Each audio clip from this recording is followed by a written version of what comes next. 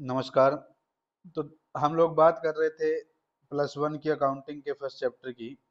तो last class में हम लोगों ने बात की अकाउंटिंग इंफॉर्मेशन के यूजर कौन कौन है, उनके क्या क्या बिजनेस में इंटरेस्ट है। उसके बाद अब हमारा जो नेक्स्ट टॉपिक है वो टॉपिक है लिमिटेशंस ऑफ अकाउंटिंग। लिमिटेशंस का मीनिंग क्या है कि अकाउंटिंग में कुछ कमियां भी है, और जो भी अकाउंटिंग इंफॉर्मेशन को यूज कर रहा है, करने वाली जो भी पार्टी है, उस पार्टी को क्या करना चाहिए, जब भी इन इंफॉर्मेशन से कुछ कंक्लूजन निकाले तो उन लिमिटेशंस का भी ध्यान रखना चाहिए। तो कह रहा है, as discussed above, accounting provide information about profitability and financial soundness of a concern to the owner and other interested party. मतलब अकाउंटिंग क्या करती है, बिजनेस की प्रॉफिटेबिलिटी और फाइनेंशियल साउंडनेस मतलब फाइनेंशियल पोजीशन के बारे में इंफॉर्मेशन देती है ओनर और बाकी other interested parties. In addition it provide various other valuable information in also, मतलब प्रॉफिटेबिलिटी और फाइनेंशियल साउंडनेस के अलावा और भी काफी वैल्यूएबल इंफॉर्मेशन जो है अकाउंटिंग प्रोवाइड करवाती है इन इंटरेस्टेड पार्टीज को। लेकिन कह रहा है कि how ever accounting has certain limitations, लेकिन अकाउंटिंग में कुछ कमियां भी है which must be kept in mind while using such information. तो कह रहा है कि जब इन इंफॉर्मेशन को हम यूज करते हैं तो हमें इन अकाउंटिंग लिमिटेशंस को भी क्या करना चाहिए, माइंड में रखना चाहिए। तो क्या क्या लिमिटेशन है, तो सबसे फर्स्ट कह रहा है influenced by personal judgement. Meaning क्या है कि जब भी अकाउंटिंग की जाती है तो अकाउंटिंग एग्जैक्ट साइंस तो है नहीं। मतलब अकाउंटिंग क्या है, अकाउंटिंग के अंदर जो अकाउंटिंग करने वाला पर्सन है उस पर्सन को कई स्टेप में अपनी पर्सनल जजमेंट लगानी पड़ती है। और जब पर्सनल जजमेंट लगाते हैं तो पर्सनल जजमेंट है वो पर्सन टू पर्सन क्या करती है, वेरी करती है। एक पर्सन का किसी चीज को लेके ओपिनियन कुछ हो सकता है, और दूसरे पर्सन का ओपिनियन कुछ और हो सकता है। जैसे मान लीजिए कि हमें कोई बिजनेस की फिक्स्ड एसेट्स है, उस फिक्स्ड एसेट्स पर डेप्रिसिएशन चार्ज करनी है। तो अब डेप्रिसिएशन का रेट डिसाइड करना होता है। अब जो रेट है वो एक पर्सन तो ये सोच सकता है कि 10% डेप्रिसिएशन चार्ज करना चाहिए, दूसरा पर्सन ये सोच सकता है कि हमें 15% डेप्रिसिएशन चार्ज करना चाहिए। इसी प्रकार से जब हम क्लोजिंग स्टॉक की वैल्यू निकालते हैं तो क्लोजिंग स्टॉक की वैल्यू निकालने के बहुत सारे मेथड्स हैं। तो उनमें कौन सा मेथड हमें फॉलो करना है, क्योंकि हर एक मेथड है ना क्लोजिंग स्टॉक की अलग वैल्यू निकाल के देगा। तो जिस पर्सन ने जो मेथड फॉलो किया उसका इफेक्ट जो है वो हमारे प्रॉफिट के ऊपर दिखेगा। इसी तरीके से डाउटफुल डेप्ट है, मतलब जो डेटर है उनमें से हम एस्टिमेट करते हैं कि कितना पैसा डूब सकता है, तो उसका एक प्रोविजन बनाते हैं जिसको हम बोलते हैं प्रोविजन फॉर डाउटफुल डेप्ट। तो वो प्रोविजन का रेट क्या होगा, ये भी जो अकाउंटिंग करने वाला पर्सन है उसकी जजमेंट पर डिपेंड करता है। तो अकाउंटिंग में जो अकाउंटिंग करने वाला पर्सन है उसको कई जगह क्या करना होता है, अपने ओपिनियन लगाने होते हैं। और जो ओपिनियन है वो एक पर्सन का दूसरे पर्सन से अलग हो सकता है। तो इसी वजह से क्या है कि अगर हम एक ही बिजनेस के फाइनेंशियल स्टेटमेंट या अकाउंट्स तैयार करने के लिए दो अलग अलग लोगों को बिठा दें, तो दोनों अलग अलग लोगों के ओपिनियन अलग होंगे। ओपिनियन अलग होंगे तो वो जो अपना बिजनेस का प्रॉफिट लॉस निकाल के देंगे वो भी क्या आएगा, अलग अलग आएगा। क्योंकि यहाँ बहुत सारी चीजों में उसको मतलब मेथड्स वगैरह है वो चूज करने पड़ेंगे, और अगर आप अलग अलग मेथड चूज करोगे, अलग अलग रेट चूज करोगे, तो रिजल्ट क्या है, अलग अलग आनी है। तो ये कह रहा है accounting is as yet an exact science, की अभी अकाउंटिंग एग्जैक्ट साइंस नहीं है। And accountant has to exercise his personal judgement in respect of various item. और अकाउंटेंट को क्या करना होता है, अपनी पर्सनल जजमेंट लगानी होती है कई सारी आइटम्स के रिगार्डिंग। जैसे एग्जांपल के लिए कह रहा है it is extremely difficult to predict with any degree of accuracy the actual useful life of an assets which is needed for calculating depreciation. देखो जब डेप्रिसिएशन कैलकुलेट करते हैं ना, तो हमें क्या करना होता है, एसेट्स जैसे मान लीजिए कि कोई मशीनरी है, अब हमें इस मशीनरी की डेप्रिसिएशन कैलकुलेट करनी है कि मशीनरी पर डेप्रिसिएशन कितना लगना चाहिए। तो इसके लिए हमें इस मशीनरी का क्या करना होगा, हमें इसकी लाइफ एस्टिमेट करनी होगी कि ये 10 ईयर्स चलेगी या 20 ईयर्स चलेगी, ये एक एस्टिमेट करना होता है। तो वो अलग अलग पर्सन का अलग अलग एस्टिमेट हो सकता है। The same history about method of valuation of stock. जब हम क्लोजिंग स्टॉक की वैल्यू निकालते हैं तो वहां भी हमें चूज करना पड़ता है कि कौन सा मेथड फॉलो करें। And making provision for doubtful डेप्ट, डेटर में से कितना पैसा डूबेगा उसके लिए हम प्रोविजन बढ़ा के चलते हैं, तो उसका भी रेट क्या होगा, ये भी अलग अलग पर्सन का अलग अलग हो सकता है। तो कह रहा different person are bound to have different opinion in respect of such thing. कह रहा अलग अलग पर्सन के अलग अलग ओपिनियन हो सकता है इन चीजों को लेके, and hence it will result in ascertainment of different figure of profit और loss of a business by different person. तो इसी वजह से क्या होगा कि अलग अलग पर्सन अलग मतलब सेम बिजनेस के अलग अलग प्रॉफिट निकाल के देंगे। Hence the figure of profit can not be taken an exact figure. तो कह रहा है प्रॉफिट जो निकल के आएगा वो एक एग्जैक्ट फिगर नहीं होता, उसके ऊपर जो पर्सन अकाउंटिंग कर रहा है उस पर्सन के ओपिनियन जो पर्सनल जजमेंट है उसका इफेक्ट रहेगा। नेक्स्ट ये कह रहा है based on accounting concept and convention. तो जब हम अकाउंटिंग करते हैं तो वहां बहुत सारे कंसेप्ट और अजम्पशन या कन्वेंशंस को हम लगा के चलते हैं, तो उसकी वजह से जो हमारी फाइनेंशियल पोजीशन आएगी वो रियलिस्टिक नहीं रहेगी, क्योंकि वो इन कन्वेंशन और कंसेप्ट के ऊपर बेस्ड है। तो कह रहा है hence the profitability and financial position disclosed by it may not realistic. For example जैसे कह रहा है fixed assets are shown in the balance sheet according to historical cost concept. देखिए जब हम अपनी बैलेंस शीट के अंदर फिक्स्ड एसेट्स रिकॉर्ड करते हैं ना, तो वहाँ एक कंसेप्ट यूज करते हैं historical cost concept. Historical cost concept ये कहता है कि आप एसेट्स को उसी वैल्यू पर रिकॉर्ड करो जिस वैल्यू में आपने उसको अक्वायर किया था। मान लीजिए आपने कोई मशीन खरीदी थी आज से 5 साल पहले 5 लाख रुपए की, तो हिस्टोरिकल कंसेप्ट ये कहता है कि आप इसको बैलेंस शीट में 5 लाख की रिकॉर्ड करो। हालांकि टाइम के साथ साथ उसकी वैल्यू क्या हो सकती है, चेंज हो सकती है, कम भी हो सकती है, बढ़ भी सकती है, लेकिन उसका जो उसकी मार्केट वैल्यू जो चेंज हुई है वो अकाउंटिंग के अंदर रिकॉर्ड नहीं की जाती। जो एक्चुअल में हम परचेज करके आए थे, जो कॉस्ट आई थी उस एसेट्स की, वो रिकॉर्ड की जाती है। तो कह रहा this mean that fixed assets are shown at their cost not at their market value. The value realised on their sale may be more or less than the value stated in balance sheet. तो जब मान लीजिए हम उसकी market value तो record नहीं कर रहे, हम तो पुराने टाइम की वैल्यू रिकॉर्ड किए बैठे जब परचेज किया था। तो जब हम इस एसेट्स को सेल करेंगे तो उसकी जो सेलिंग प्राइस है वो जो बुक में हमने रिकॉर्ड कर रखा है, बुक वैल्यू जो उसकी, उससे कम भी हो सकती है, ज्यादा भी हो सकती है। इसी तरीके से कह रहा है similarly on account of convention of conservatism.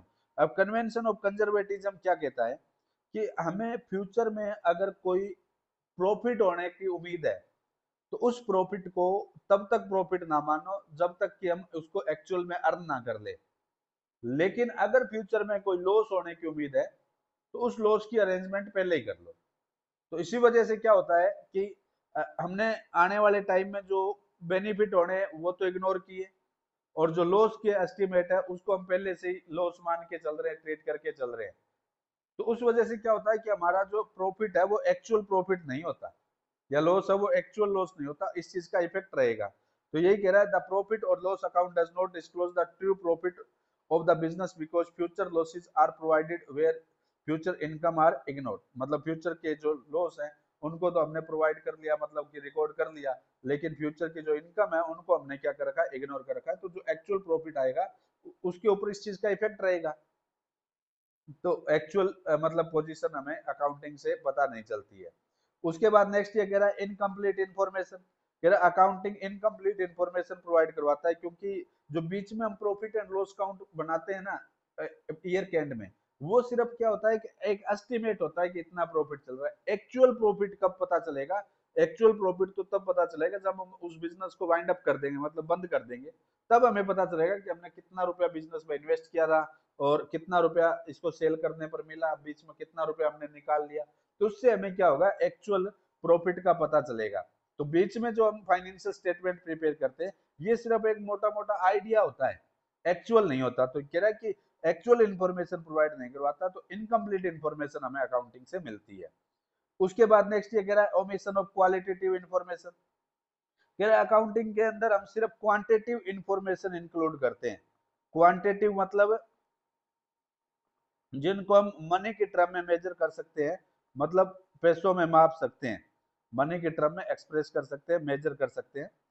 जो नॉन मॉनेटरी नेचर की ट्रांजेक्शन है, जो मतलब कि क्वालिटेटिव नेचर की है, जिनको हम मनी के टर्म में मेजर नहीं कर सकते, उनको अकाउंटिंग के अंदर रिकॉर्ड नहीं किया जाता। हालांकि उनका इफेक्ट बिजनेस के ऊपर बहुत ज्यादा पड़ता है। तो इस वजह से क्या है कि एक्चुअल में जो पोजीशन बिजनेस की है वो पता नहीं चल पाती, क्योंकि हमने क्वालिटेटिव इंफॉर्मेशन को इग्नोर कर रखा है। तो अगर account contain only those information which can be expressed in term of money, qualitative aspect of business unit are completely omitted from the books as these cannot be expressed in a monetary term। जो qualitative nature की हमारे business की event हैं, उनको हम क्या करते हैं, अकाउंट में रिकॉर्ड नहीं करते, इग्नोर कर देते हैं। क्यों? क्योंकि इनको मनी के टर्म में मेजर नहीं कर पाते। 10 चेंज इन मैनेजमेंट, जैसे कि मैनेजमेंट चेंज हो जाए, बिजनेस की जो रेपुटेशन है मतलब गुडविल है, कॉर्डियल मैनेजमेंट, लेबर रिलेशन मतलब मैनेजमेंट और लेबर के आपस के अच्छे रिलेशन है, firm's ability to develop new product, कि फर्म नए प्रोडक्ट डेवलप कर सकती है कि कितनी की कैपेबल है, एफिशिएंसी ऑफ मैनेजमेंट, हमारी मैनेजमेंट कितनी की एफिशिएंटली काम कर रही है, satisfaction of firm's customer, firm के कस्टमर हमसे सेटिस्फाई है या नहीं है। तो ये सारी क्या है, क्वालिटेटिव इंफॉर्मेशन है, जिनको मनी की टर्म में मेजर नहीं कर सकते, लेकिन इनका बिजनेस की प्रॉफिटेबिलिटी पर बहुत इफेक्ट पड़ता है। अगर ये सारे फैक्टर जो हमारे फेवर में है तो इसकी वजह से हमारे बिजनेस की प्रॉफिटेबिलिटी क्या होगी, बढ़ेगी। अगर ये फैक्टर हमारे अगेंस्ट जा रहे हैं तो उससे हमारे बिजनेस की जो प्रॉफिटेबिलिटी है वो कम होगी, लेकिन अकाउंटिंग इन चीजों को कंसीडर नहीं करती। तो कह रहा है which have a vital bearing on the profitability of the firm are ignored and omitted from being recorded because all of these are qualitative in nature। की ये क्वालिटेटिव है, इनको मनी में हम मेजर नहीं कर सकते, तो इसलिए हम इनको क्या करते हैं, इग्नोर करते हैं। तो मतलब जो एक्चुअल पोजीशन है उसका पता नहीं चल पाता। उसके बाद में कह रहा है बेस्ड ऑन हिस्टोरिकल कॉस्ट। तो ये कह रहा है कि अकाउंट के अंदर हम जब एसेट्स वगैरह रिकॉर्ड करते हैं तो वो हिस्टोरिकल कॉस्ट कंसेप्ट को यूज करके रिकॉर्ड करते हैं, मतलब जितने रुपए की हमने वो एसेट्स परचेज की थी उसी वैल्यू पर रिकॉर्ड करते हैं। तो जैसे मान लीजिए कि आज से 20 साल पहले हमने एक प्लॉट परचेज किया था, तो मान लीजिए कि 5 लाख रुपीज का परचेज किया था, तो आज हम बुक में तो उसको 5 लाख रिकॉर्ड किए बैठे हैं आज भी, लेकिन उसकी मार्केट वैल्यू हो सकता है कि बहुत ज्यादा हो, मार्केट वैल्यू हो सकता है उसकी 50 लाख हो जाए, लेकिन अकाउंटिंग क्या करती है, मार्केट वैल्यू को क्या करती है, इग्नोर करती है। वो सिर्फ क्या करती है, हिस्टोरिकल कॉस्ट को ही रिकॉर्ड करती है। तो कह रहा है account are prepared on the basis of historical cost या original cost and as such the figure given in financial statement do not show the effect of change in price level. जैसे जैसे मतलब कि प्राइस लेवल बढ़ रहा है, inflation हो रहा है, महंगाई बढ़ रही है, तो मतलब मार्केट वैल्यू भी तो चीजों की बढ़ रही है। The assets remain under valued, तो उसकी वजह से हमारी एसेट्स क्या रह जाती है, अंडर वैल्यूड रह जाती है। अंडर वैल्यूड मतलब जितनी एक्चुअल वैल्यू है उससे कम रह जाती है। जैसे कि मैं अभी बात कर रहा था कि 5 लाख रुपए की हमने परचेज की थी, तो हम तो उसको 5 लाख की लिखे बैठे हैं, लेकिन एक्चुअल वैल्यू मान लो उसकी 50 लाख है, तो 50 लाख वैल्यू थी और हम उसको 5 लाख रिकॉर्ड किए बैठे हैं, तो अंडर वैल्यू रह गई। जैसे कि मेनली आप लैंड और बिल्डिंग के केस में बात करें तो इनकी वैल्यू क्या होती है, लगातार इंक्रीज होती जाती है, लेकिन हम उसको पुरानी वैल्यू पर ही रिकॉर्ड किए बैठे हैं। The outcome of this practice is that balance sheet value of assets are not helpful in estimating the true financial position of business. मतलब बैलेंस शीट क्या बताती है, एसेट्स और लाइबिलिटीज के बारे में बताती है, तो एसेट्स और लाइबिलिटीज की एक्चुअल वैल्यू तो रिकॉर्ड ही नहीं की हुई, तो इस वजह से क्या है, बैलेंस शीट जो है वो एक्चुअल वैल्यू नहीं बता पाती बिजनेस की। नेक्स्ट ये कह रहा है अफेक्टेड बाय विंडो ड्रेसिंग। अब देखिए अकाउंटिंग है, उनको जो अकाउंटेंट है वो क्या कर सकता है, मैन्युपुलेट भी कर सकता है। जैसे हम बात कर रहे थे कि पर्सनल जजमेंट लगाने, तो वहां वो अपना पर्सनल जजमेंट इस प्रकार से यूज कर सकता है जिससे कि जो उसकी बिजनेस की पोजीशन है वो फेवरेबल दिखे, मतलब जैसी पोजीशन वो दिखाना चाह रहा है उस तरीके से दिखाए। बिजनेस के प्रॉफिट है, अगर मान लीजिए वो इंक्रीज करके दिखाना चाह रहा है, बढ़ा के दिखाना चाह रहा है, तो उसके लिए वो क्या करेगा, मतलब कुछ एक्सपेंसेस को रिकॉर्ड करना, रिकॉर्ड नहीं करेगा अभी के लिए, या फिर जैसे ही मान लीजिए कि क्लोजिंग स्टॉक की वैल्यू निकालेगा, तो क्लोजिंग स्टॉक की वैल्यू निकालते टाइम वो वाला मेथड यूज कर ले जिससे कि क्लोजिंग स्टॉक की वैल्यू ज्यादा आए। तो उससे क्या है कि जो मतलब कि पोजीशन अकाउंटेंट दिखाना चाह रहा है, तो वो उस बिजनेस के अकाउंट को उस हिसाब से क्या कर सकता है, मैन्युपुलेट कर सकता है। तो ये कह रहा है window dressing refer to the practice of manipulating accounts so that the financial statement may disclose a more favorable position than the actual position। मतलब कि जैसी पोजीशन हमारे फेवर में रहेगी वैसी पोजीशन हम दिखा सकते हैं। For example purchase made at the end of the year may not be recorded जैसे मान लो कि ईयर के एंड में हमने जो परचेजेस किए हैं उसको आप अभी थोड़ा डिले कर दीजिए, इस फाइनेंशियल ईयर में रिकॉर्ड ना कीजिए। और द क्लोजिंग स्टॉक में भी ओवर वैल्यूड, क्लोजिंग स्टॉक की वैल्यू को आप बढ़ा के दिखा दीजिएगा, तो उससे क्या होगा कि प्रॉफिट ज्यादा दिखेंगे। Hence correct decision can not be taken on the basis of such financial statement. तो कह रहा है कि इस टाइप की फाइनेंशियल स्टेटमेंट के बेस पर अगर हम कोई डिसीजन लेंगे तो वो डिसीजन क्या होंगे, करेक्ट नहीं होंगे। उसके बाद में नेक्स्ट ये कह रहा है अनसूटेबल फॉर फोरकास्टिंग। तो देखिए अकाउंटिंग जो होती है, हम क्या करते हैं फाइनेंशियल ईयर के अकॉर्डिंग अकाउंटिंग करते हैं। जैसे मान लीजिए हमने अपने अकाउंट शुरू किए 1 अप्रैल 2025 को, ये हमारा फाइनेंशियल ईयर शुरू हुआ, तो ईयर क्लोज कब होगा, 31 मार्च 2026 को। तो हम क्या करेंगे 31 मार्च 2026 को हमारी फाइनेंशियल स्टेटमेंट्स प्रिपेयर करेंगे। फाइनेंशियल स्टेटमेंट्स मतलब प्रॉफिट एंड लॉस अकाउंट और बैलेंस शीट प्रिपेयर करेंगे। तो उस प्रॉफिट एंड लॉस अकाउंट और बैलेंस शीट के अंदर जो हम डेटा यूज करेंगे, जो इंफॉर्मेशन यूज करेंगे, वो इस टाइम पीरियड के यूज करेंगे। तो मतलब कि ये तो पीछे की बातें हो जाएगी ना, पास्ट की बातें हो जाएगी। तो उसके बेस पर अगर हम बात करें कि हम फ्यूचर का एस्टिमेट कर लें कि फ्यूचर में भी ऐसा ही होने वाला है, तो जरूरी नहीं है। क्यों? क्योंकि फ्यूचर में हो सकता है कि कंडीशंस बदल जाए, ट्रेंड बदल जाए, पॉलिसीज बदल जाए। तो उसकी वजह से जो पास्ट की इंफॉर्मेशन के बेस पर अगर हम फ्यूचर का एस्टिमेट करें तो वो ज्यादा सूटेबल नहीं होगा, क्योंकि फ्यूचर में बहुत सारी चीजें क्या हो सकती है, चेंज हो सकती है। तो यही कह रहा है financial accounts are only a record of past event, मतलब पास्ट इवेंट का रिकॉर्ड है वो। Continuous change take place in the demand of the product, तो कह रहा है प्रोडक्ट की डिमांड में लगातार चेंजेस होते रहते हैं। Policies adapted by firm, position of competition etcetera, ये बदलती रहती है।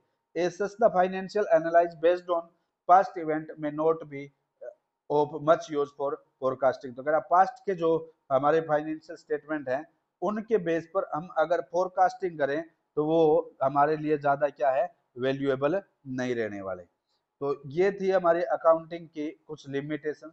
तो ये कह रहा है कि हमारे इन अकाउंटिंग के ऊपर जो बेस्ट डिसीजन है, जो भी पार्टी बिजनेस में इंटरेस्ट रखने वाली है वो पार्टी अकाउंटिंग इंफॉर्मेशन के बेस पर डिसीजन लेती है, तो उसको क्या करना चाहिए, इन सारी लिमिटेशंस को भी कंसिडर कर लेना चाहिए कि इन चीजों का इफेक्ट बिजनेस के अकाउंट के ऊपर रह सकता है।